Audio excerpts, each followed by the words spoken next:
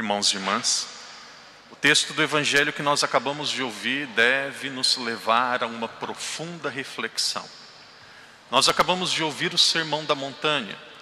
Existe uma narração do Sermão da Montanha, ou das Bem-aventuranças, que é escrita por São Mateus, onde Jesus estava no alto da montanha. Jesus diz 8 bem-aventuranças. E existe um Sermão da Montanha, existem as Bem-aventuranças de São Lucas, que nós acabamos de ouvir agora. Jesus está na planície e Jesus diz 4 bem-aventuranças. Devido ao tempo, nós não vamos entrar em detalhe sobre as diferenças. Porém, todos os textos das bem-aventuranças começam com o mesmo pensamento: bem-aventurado os pobres. Não só as bem-aventuranças. É tão curioso, Evangelho de São Mateus. Sabe quais foram as primeiras palavras que Jesus disse? Quais foram as primeiras palavras que São Mateus coloca na boca de Jesus? Quais foram as primeiras palavras ditas por Jesus? Evangelho de São Mateus, capítulo 5, versículo 3, ali no começo do Evangelho, Jesus diz: bem-aventurados os pobres. Evangelho de São Lucas, que nós ouvimos, capítulo 4, lá no comecinho do Evangelho de São Lucas, Jesus está na sinagoga em Nazaré, e aí Jesus diz: o Espírito do Senhor está sobre mim, eu vim para anunciar a boa nova aos pobres. O Evangelho de Jesus, tanto em Mateus quanto em São Lucas, começa com Jesus dizendo o valor dos pobres. Para São Lucas, o valor da pobreza é mais material mesmo. Para Mateus, tem um sentido um pouco mais profundo. Mas vamos meditar sobre essas 4 bem-aventuranças que nós ouvimos hoje e comecemos pela pobreza. Existem algumas pessoas que pensam que ser pobre é apenas não ter dinheiro. A situação não é tão simplória assim, não.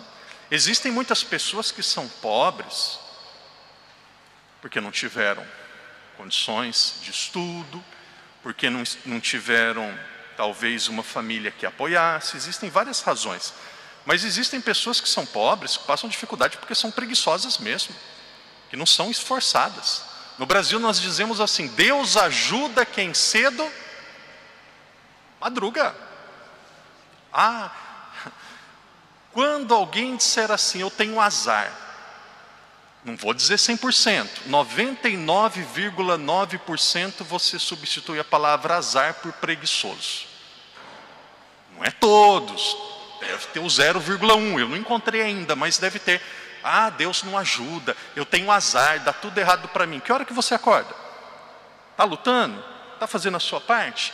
Então, tem pessoas que são pobres porque são preguiçosas, porque não se esforçam.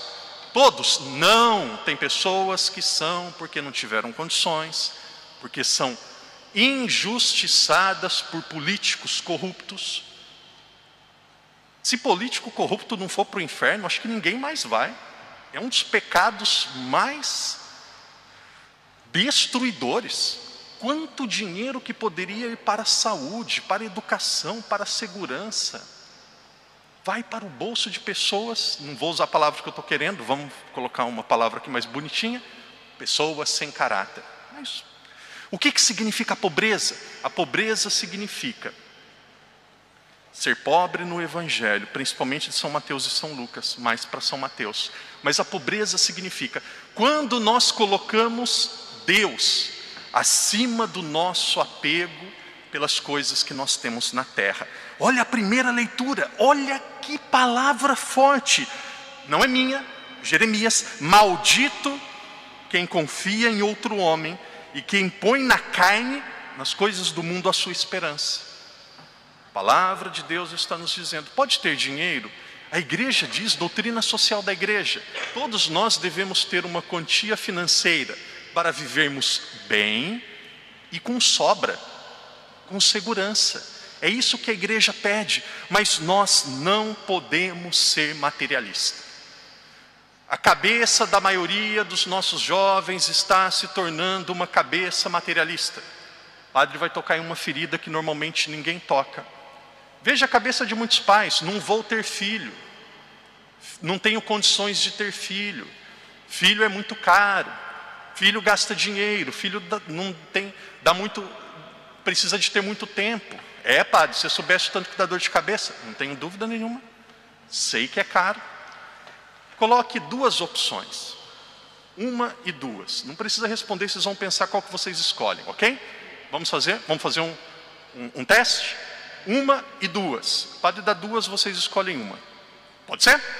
Pode. Primeira, ter um filho pobre, com escola ruim, sem roupa, com uma roupa simples, muitas vezes doente, com um sapato simples, com condições muito simples, com uma vida onde tem que partilhar tudo, com valores, morre e vai para o céu.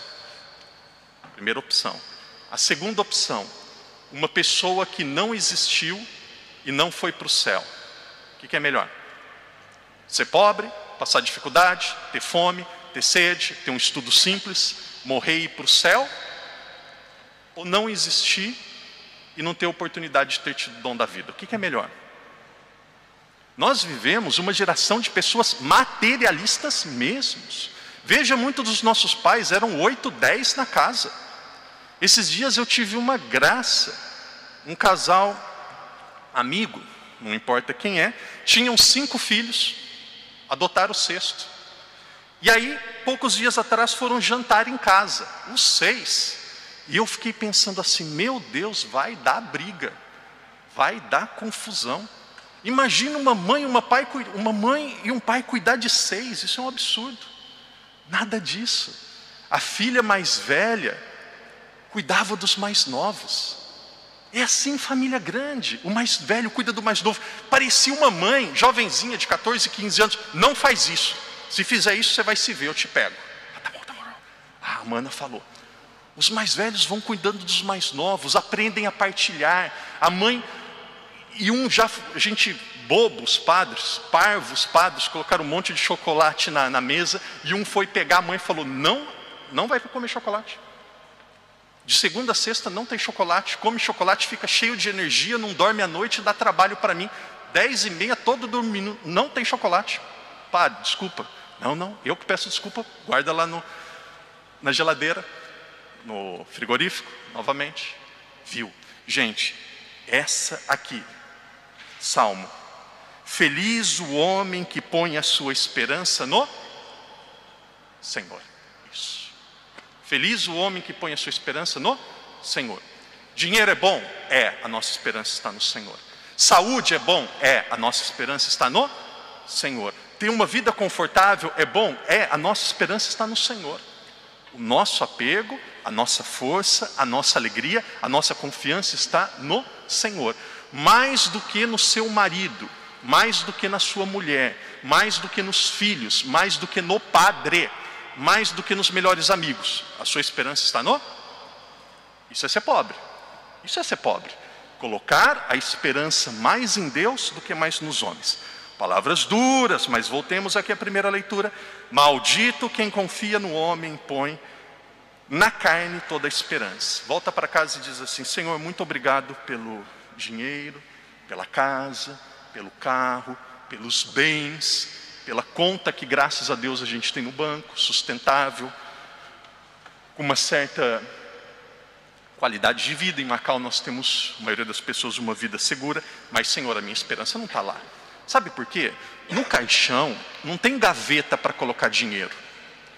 No caixão não tem gaveta para colocar joias. Pai e mãe mata de se trabalhar, deixa para os filhos, depois o filho vai jogar na mão de uma mulher aí que vai usar ele, vai perder, vai gastar tudo. Não. Apego é Deus. Primeiro ponto. Padre, vai ser breve.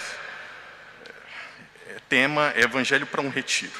Bem-aventurados os pobres. Segundo, bem-aventurado vós que agora tendes fome. Agora Deus está falando de algo físico. Que triste ter fome. Nós não sabemos o que é isso. Gente, não importa o quanto, seja caridoso.